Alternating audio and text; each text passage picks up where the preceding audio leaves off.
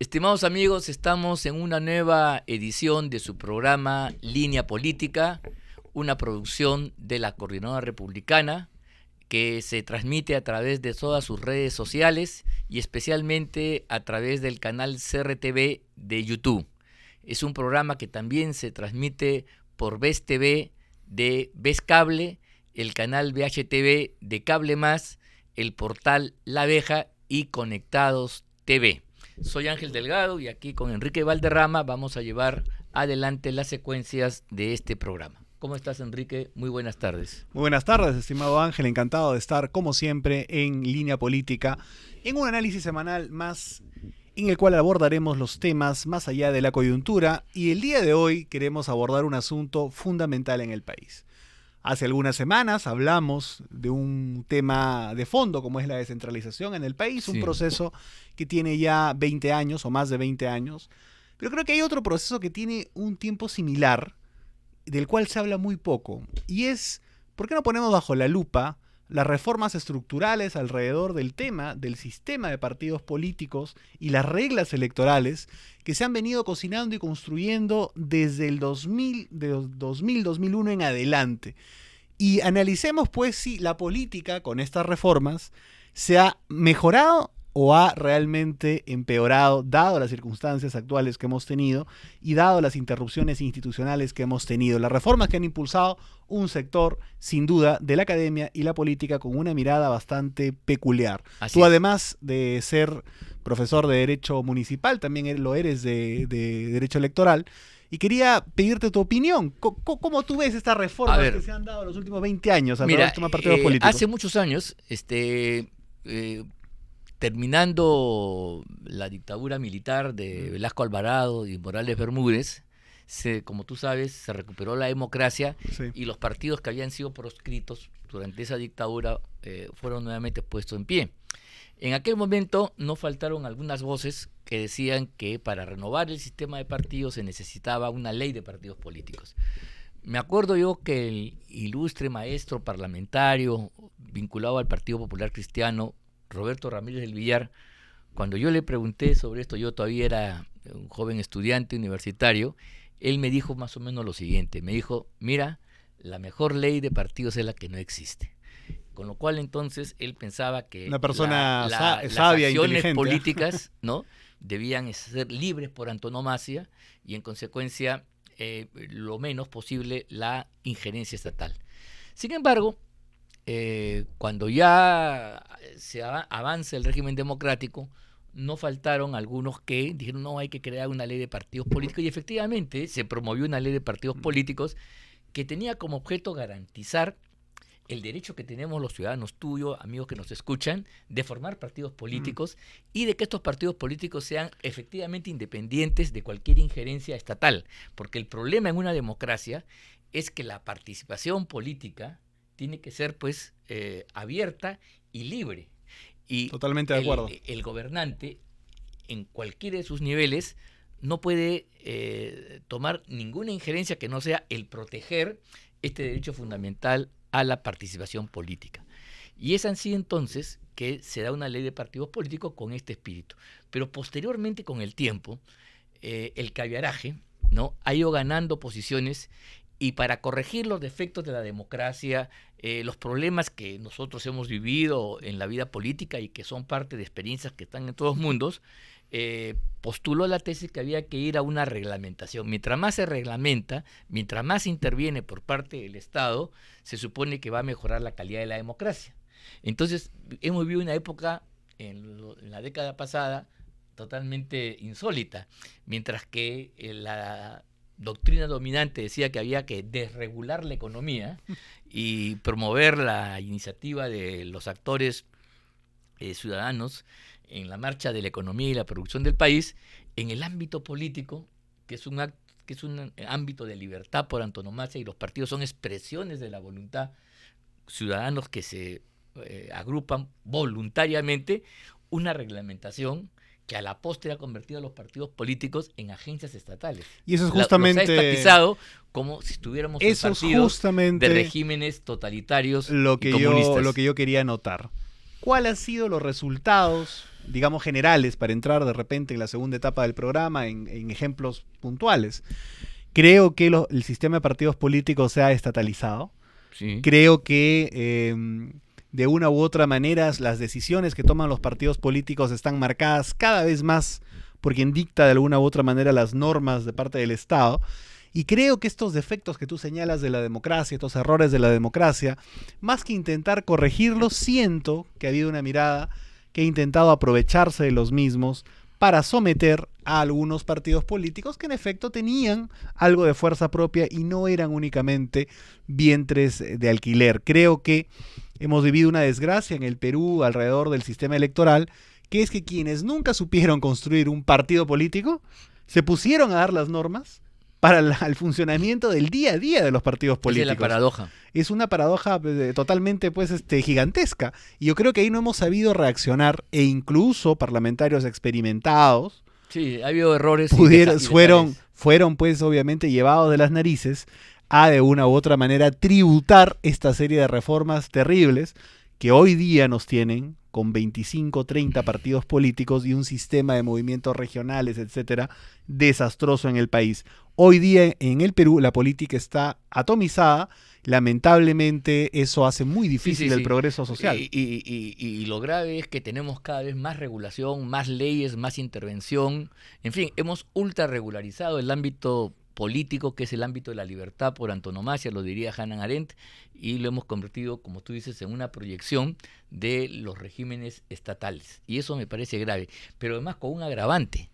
Ahí yo no sé la premisa, el supuesto de que los funcionarios del Estado que intervienen en este campo son neutrales, son imparciales y que están exentos de las banderías partidarias, ¿no? Justamente el régimen de libertad hace que los problemas de los partidos los resuelvan los partidos. De acuerdo. Si mañana un partido no resuelve sus problemas, se hunde, pues, y si el partido toma malas decisiones, no hace participar a la gente, arma más las listas, hace una composición equivocada, va a ser castigado en las urnas con el rechazo popular. Pero eso es lo que creo que debe pasar. Eso es lo que debería pasar en una escena de competencia libre y democrática.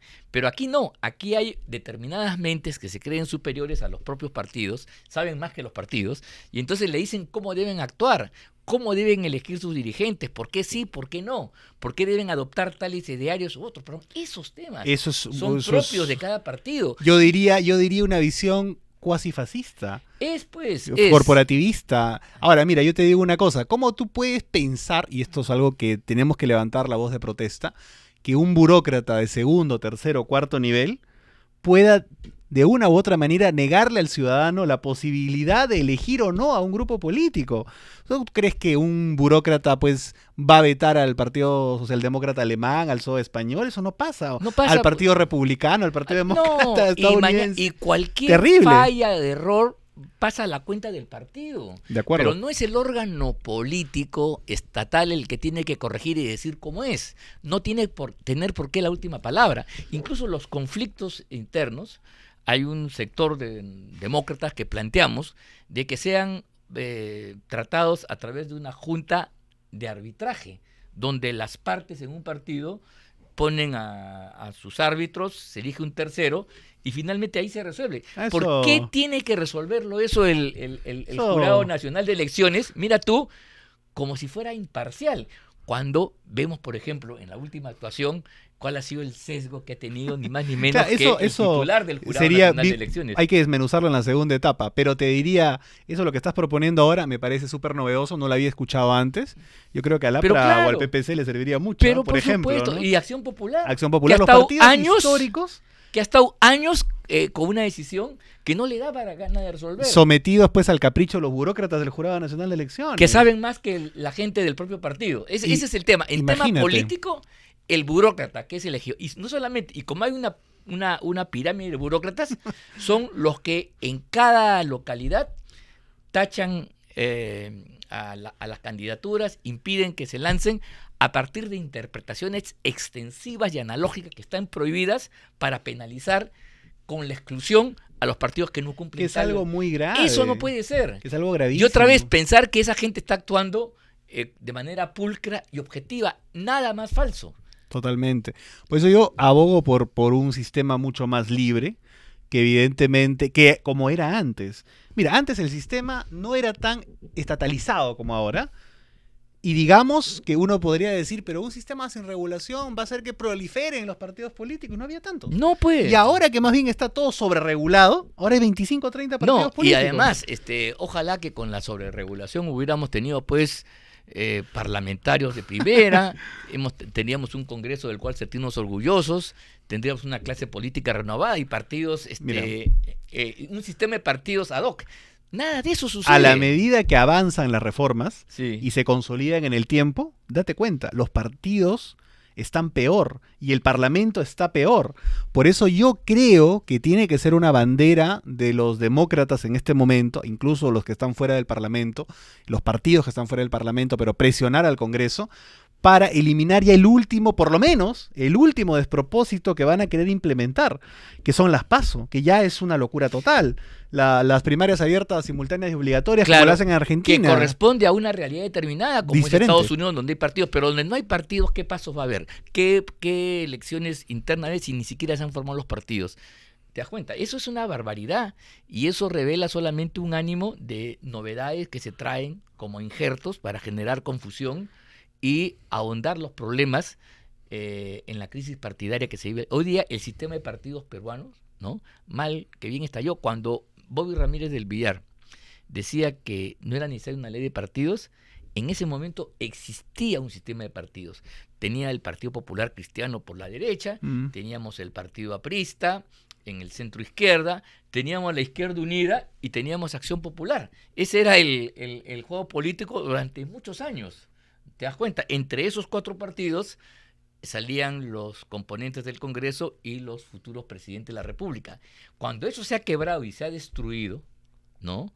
Especialmente en los años 90 del fujimorismo, en lugar de partidos anclados en la tradición, tenemos una suerte de diáspora de pequeños y liliputienses movimientos que no tienen ninguna significación. Y hay que ir a ejemplos concretos actuales. Tras la pausa, nos vemos después del corte Así es. comercial.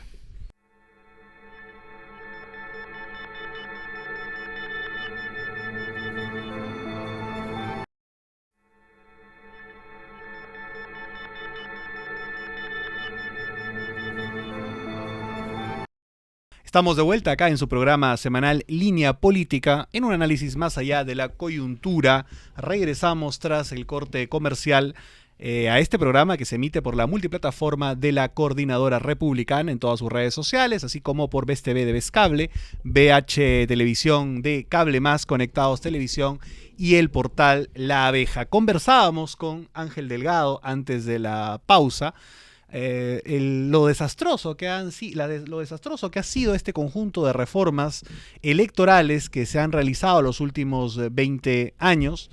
Yo creo que esta mirada que viene de la izquierda marxista elitista limeña, organizada más alrededor de ONGs que de partidos políticos, de una u otra manera en su derivada antipolítica que aplicaron al sistema electoral, son los mejores alumnos del fujimorismo, sinceramente, que han destruido la política en el país, y hoy día creo que hay que levantar la voz de protesta para empezar a desmontar estas reformas y desestatalizar a los partidos políticos, una cuestión que me parece eso fundamental. Dentro de este grave daño, sin duda hay algunos actores importantes del lado de ellos que habría que señalar y sobre todo decir qué cosas en este momento podemos impulsar a modo de presión hacia el Congreso, Ángel. Cierto, esta es una agenda que tiene que estar presente y todos los agentes políticos y partidos políticos que todavía existen, recuperar el ámbito de libertad en la cual se mueven y nunca debieron abandonar ese espacio, porque el partido que deja de ser una expresión genuina de los ciudadanos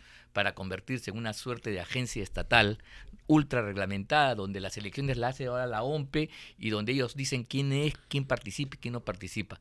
Mira tú, te quiero poner un ejemplo, la hoja de vida, te quiero contar cómo nació. La hoja de vida fue una herramienta que se dio en la primera versión de la ley de partidos políticos. ¿Para qué era la hoja de vida?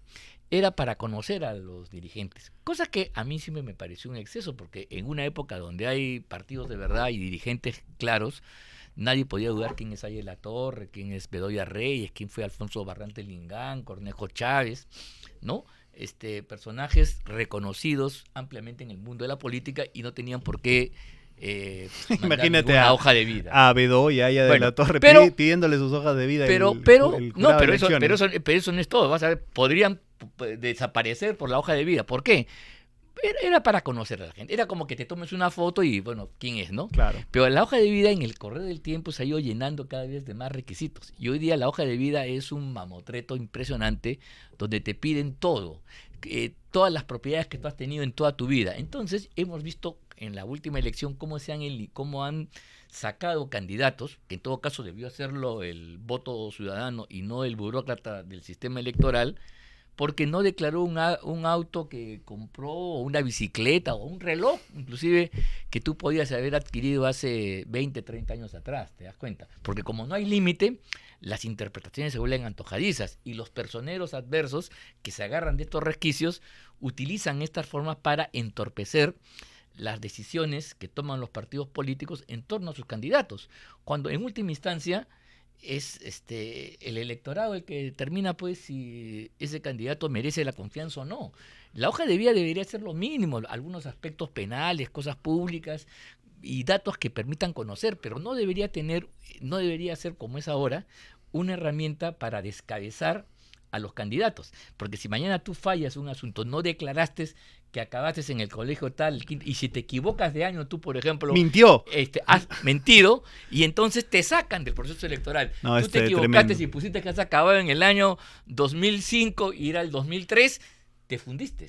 Ese tipo de abusos son inaceptables. En el fondo, este tipo de cuestiones, este tipo de maniobras, este tipo de construcciones, me parece que parten de una concepción la cual trata con mucho ímpetu de quitarle poder al ciudadano, ¿te das cuenta? Claro. A enmarcarlo de acuerdo a lo que correctamente tendrían que elegir. Y yo creo que eso no hay nada peor para la democracia que eso. Por eso creo que la bandera tiene que ser la desregularización de los partidos. Como han hecho con la economía. La desregulación de los partidos políticos. Creo, claro, contrariamente, es que hay una cosa que reflexionar también. Ha habido un consenso alrededor de dejar de alguna u otra manera que el libre mercado se consolide, lógicamente con vigilancia del Estado, pero dejar que se consolide. Pero parece que las miradas estatalistas voltearon hacia la política y ahí la quieren sobreregular. Claro, ahí quieren regular. Imagínate tú si a las empresas pues les pidieran todos los requisitos que le piden a los partidos políticos. Cuando cada vez que hacen una inversión tendrían que demostrar pues toda la ruta del dinero, partiendo de la sospecha de que ese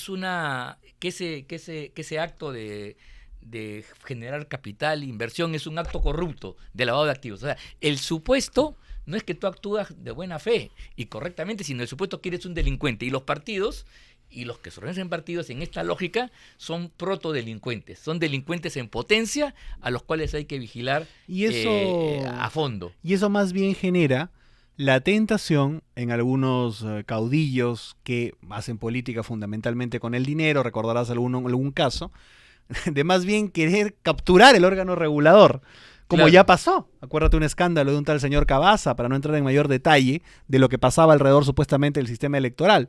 Por lo tanto, este esquema solo va a generar corrupción y solamente va a generar sin duda lesión a los derechos de la gente. Y hablo en términos concretos.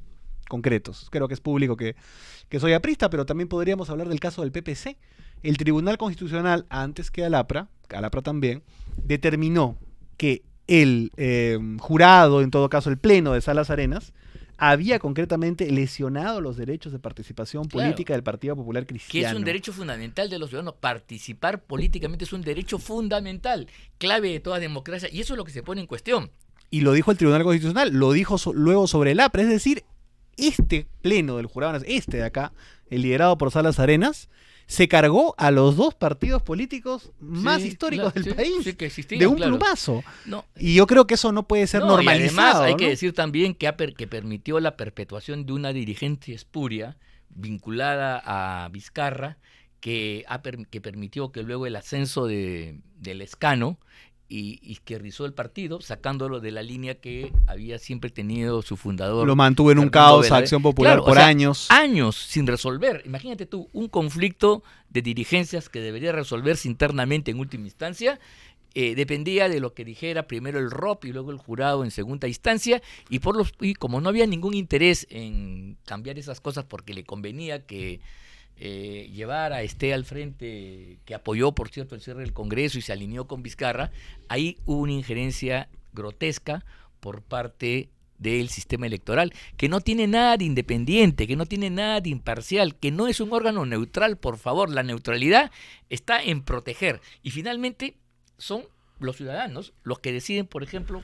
cómo elegir a sus dirigentes y cómo elegir a sus candidatos. Y digo más todavía, este mismo pleno, para fijar la lupa en Salas Arenas, este mismo pleno permitió la inscripción en primera instancia del partido de Vizcarra, recuerda. Permitió además el hecho de que Perú Libre siguiera en carrera. Claro. Permitió la posibilidad además que esta plancha Perú Libre termine ganando las elecciones.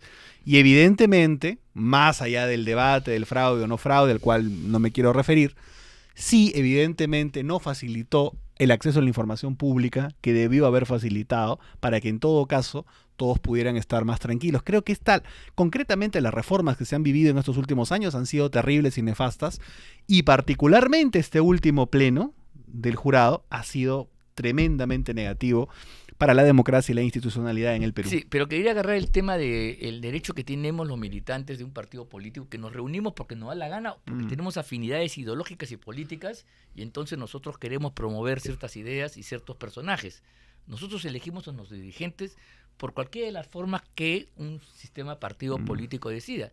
Mira, si hubiera mañana un partido político que dijera en su estatuto, el comité central decide los candidatos, y si eso es explícito, yo creo que es válido, porque las personas que se afilian a ese partido saben pues que esa es la regla y la aceptan. Correcto. No creo que sea la mejor manera, pero hay distintas formas de participar en una democracia de selección de candidatos.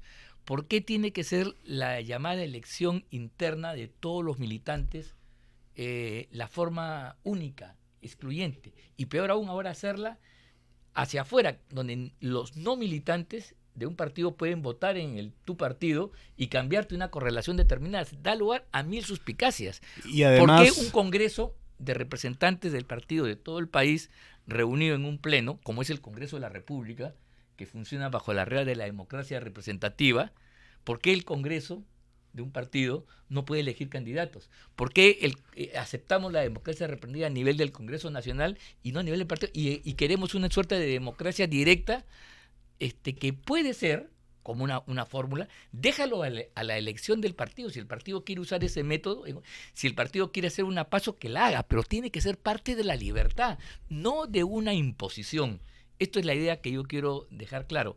No se puede imponer a los partidos políticos que son soberanos, que son independientes y libres, fórmulas que vienen de afuera y fórmulas rígidas que no son compatibles con la estructura propia del partido. Y además que creo yo que en este caso el asunto de las PASO me parece que puede lesionar, por ejemplo, a los aparatos políticos que pueden tener una mayor impronta ideológica.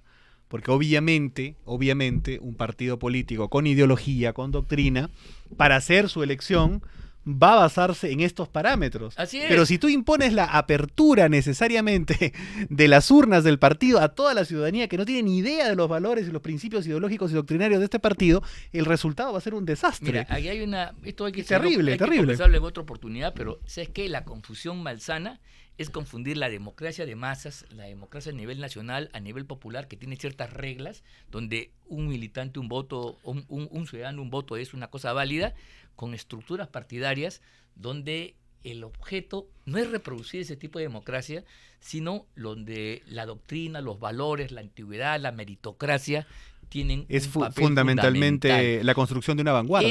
Eso es, así es. Es como si en el ejército o la policía, para cumplir, tuviéramos que todas las decisiones tuvieran que consultarse en cada comisaría. Que los generales escogieran por voto ese día un oficial, un voto. Descalabra el asunto. Totalmente. A ver, que las ONGs también se elijan así, por ejemplo, sería bueno preguntar, o las empresas, cosa que no procede. Entonces no confundamos la democracia como fenómeno social de una sociedad, de un conglomerado social, con las instituciones que dentro de un régimen democrático y que tienen sus propios parámetros de democracia. En una empresa hay un directorio. El directorio toma las decisiones a nombre de toda la empresa, porque así lo ha establecido el estatuto y esa es la naturaleza propia de la empresa. ¿No se te das cuenta? Son formas... Y nadie plantea de que cada decisión tiene que ser consultada a todos los accionistas. Son formas como se organiza, sin duda, un Estado, en este caso republicano-democrático, a través de instituciones. Sí, aquí hay ha quedado bastante corto el tiempo para conversar esto, pero seguramente habrá una segunda parte. Va a valer la pena porque aquí hay mucha ignorancia que ha sido explotada además con mala intención por parte de ciertos agentes que del Estado han desnaturalizado y ahí está el resultado. Más legislación, más intervención, peor política. Muchas gracias a todos los que nos han seguido en esta nueva edición de Línea Política. Esta es una producción de la Coordinadora Republicana, a quienes pedimos seguir en todas las redes sociales, particularmente en su canal de YouTube como CR Televisión. Este programa se emite también por VES TV de VES Cable Televisión, por VHTV de Cable Más, por el portal Abeja y por Conectados Televisión. Con nosotros será hasta la siguiente semana en un nuevo análisis más allá de la coyuntura. Muy buenas tardes, hasta luego.